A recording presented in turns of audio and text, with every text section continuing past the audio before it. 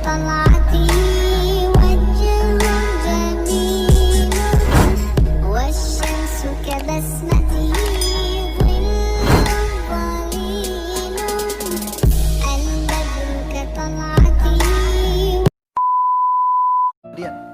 Dalam sebuah hadis yang sahih dikatakan, diceritakan tentang orang yang paling terakhir keluar dari surga, dari neraka, terakhir penghuni surga. Dia akan keluar dalam kondisi tubuhnya hangus, setengahnya keluarin asap. Berdiri jatuh, berdiri jatuh. Begitu terus sampai dia jauh dari neraka. Setelah jauh dia mengatakan, segala puji bagi Allah yang selamatkan aku dari kamu. Dia pikir masih ada di neraka selain dia. Ini di neraka ada orang kafir, orang musyrik, orang munafik yang kekal. Dia sendiri ini ahli surga, tidak ada orang semua ahli surga sudah masuk ke surga ini. Tentu teman-teman jangan jadi orang ini, jadi orang yang pertama masuk surga dari awal. Ini mampir neraka dulu nih. Tapi subhanallah dia dengar bagaimana nikmat terendah di surga ini. Orang ini jalan, kemudian setelah dia jauh dia mengatakan, ya Allah, selamatkan aku dari neraka itu. Maka Allah selamatkan dia, mengatakan segala puji bagi Allah yang selamatkan aku dari kamu. Kemudian Allah dari jauh lihatkan dia pohon, nggak ada apa-apa, pohon saja. Selama ini ribuan tahun semuanya api, siksaan, ya, yang dicincang, yang dibakar, yang ini, yang itu segala macam. Maka kata dia waktu lihat pohon itu, ya Allah saya ingin pohon itu. Bagaimana sih kalau kita lagi panas terik matahari, kita ingin naungan di bawah pohon? Saya ingin pohon itu. Kata Allah, hai anak Adam, kira-kira kau minta yang lain enggak? Dia bilang tidak ya Allah, saya tidak akan minta yang lain, pohon itu saja.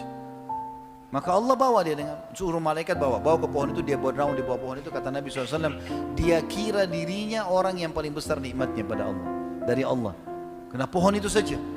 Padahal orang sudah di surga semua nih.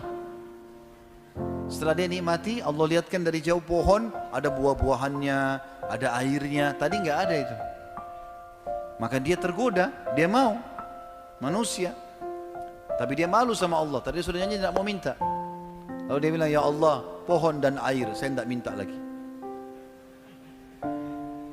Kata Allah SWT, hai anak Adam, sudah janji tadi. Ya Allah, pohon sama air, tidak minta lagi. Lalu dia kasih janji-janjinya sama Allah. Kata Nabi SAW, dia janji sama Allah, tidak akan. Baik, Allah antar ke pohon itu. Dia nikmati buahnya, dia mandi di airnya, segar. Dia anggap nikmat, dia adalah hamba Allah yang paling besar nikmatnya. Dari kejauhan setelah itu Allah bukain pintu surga, gerbangnya. Kecium bau wanginya.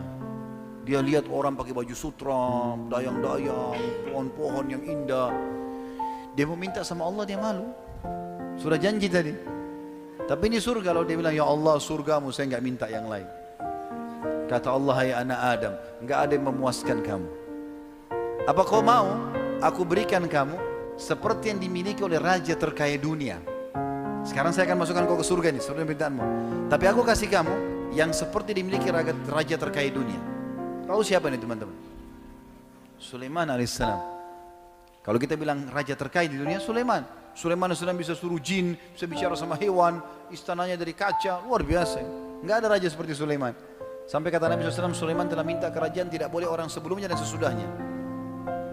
Kata Allah SWT, hai anak Adam, maukah kamu?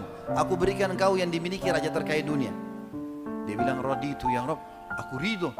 Jangankan begitu, masuk surga sudah cukup, apalagi dapat yang terkaya raja dunia. Ya.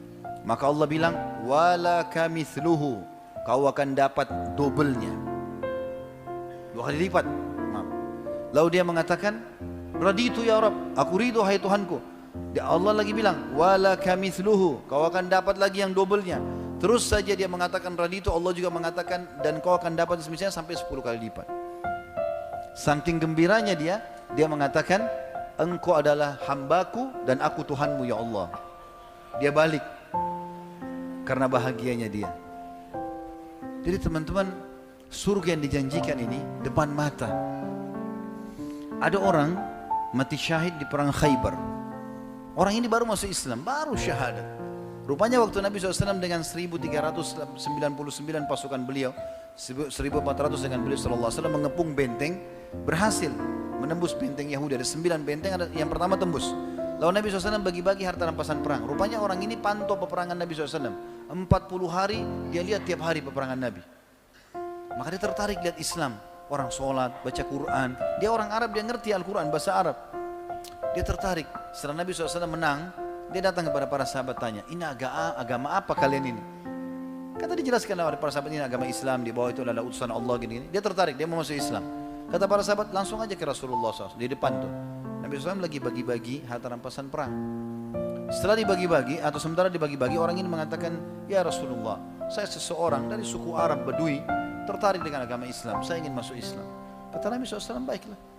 Asyhadu an la ilaha illallah wa anna Muhammad Rasulullah. Sederhana, 2 kalimat. Syahadat dia.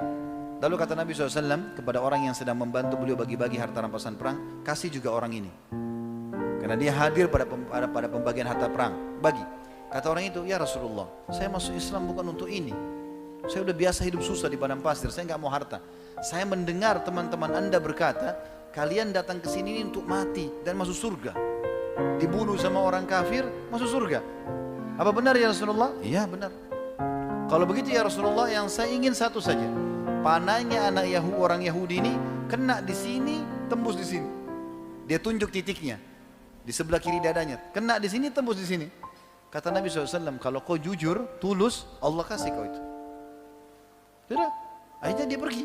Dia gabung sama pasukan umat Islam. Nabi SAW bagi rampasan perang. Nabi suruh gerak pasukan, ayo ke benteng yang kedua, kepung nih.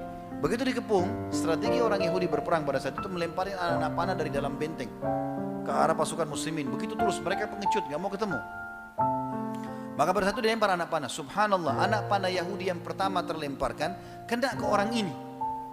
Dan uniknya, kena di titik yang dia tunjuk. Di sini, tembus di sini. Mati dia, jatuh. Terbunuh. Nabi SAW melihat ada orang terbunuh, karena orang semua tidak mati kecuali dia. Ya tinggal dia yang jatuh. Yang lain kena pas pakai perisai tertahan, orang ini mati. Kata Nabi SAW, huwa, apa ini orang tadi nih? Yang tadi baru masuk Islam? Kata para sahabat, iya Rasulullah. Kata Nabi SAW, subhanallah, maha suci Allah yang membenarkan janjinya. Dia baru minta, Allah kasih, dan di titik yang benar yang ditunjuk. Gitu kan? Lalu apa kata Nabi SAW? Siapa yang ingin melihat penghuni surga yang belum pernah sujud sekalipun, ini orang. Tidak pernah sholat ini, baru syahadat mati. Dan mati syahid. Dan dia ikhlas. Ya? Maka dia masuk surga. Lalu apa kata Nabi SAW? Ini wasiatnya, ini penutupan bahasan kita. Apa kata Nabi SAW? Ingatlah, sesungguhnya surga seseorang di antara kalian lebih dekat daripada tali sendalnya.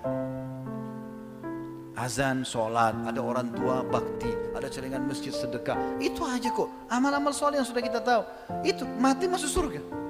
Lebih dekat dari tali sendal, kata Nabi SAW. Ini orang ini syahadat mati, masuk surga. Dan ingatlah, seseorang di antara kalian lebih dekat dengan nerakanya dari tali sendalnya. Hati-hati. Ke diskotik, mabuk-mabuk, ke karaoke, keluar tabrakan mati. Masuk neraka. Lebih dekat dari tali sendalnya.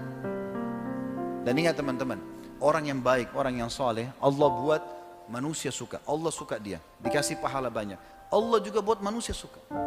Kalau kita baik, asal antum ikhlas ya, bukan cuma performance saja, bukan cuma penampilan, betul-betul apa yang ada dalam zahir ini yang kelihatan, begitu dalam hati antum. Ikhlas kepada Allah. Allah akan buat itu efeknya besar. Orang pun akan suka sama kita. Allah suka, Allah kasih pahala, Allah juga buat orang-orang suka. Yang suka kita orang-orang yang soleh seperti kita tentunya. Orang yang fasik tidak bakal suka. Dia tidak suka dengan orang-orang yang baik, gitu kan? Begitu juga dengan orang yang buruk, maka Allah benci. Allah buat juga orang tidak suka. Orang kalau walaupun dia teman dekat, tapi orang itu suka bohong, orang itu kasar, orang itu suka mukul, mencuri, temannya pun tidak suka sama dia. Tapi kalau orang jujur, amanah, santun, ramah, orang suka. Maka kenapa tidak jadi orang soleh ini? Apa uzurnya? Dan kenapa harus menjadi orang buruk? Untuk apa? Ingat, peringatan sudah sampai ke Bapak Ibu sekalian. Allah Subhanahu wa taala akan minta pertanggungjawabannya teman-teman. Maka ambil ilmunya, amalkan. Semoga insya Allah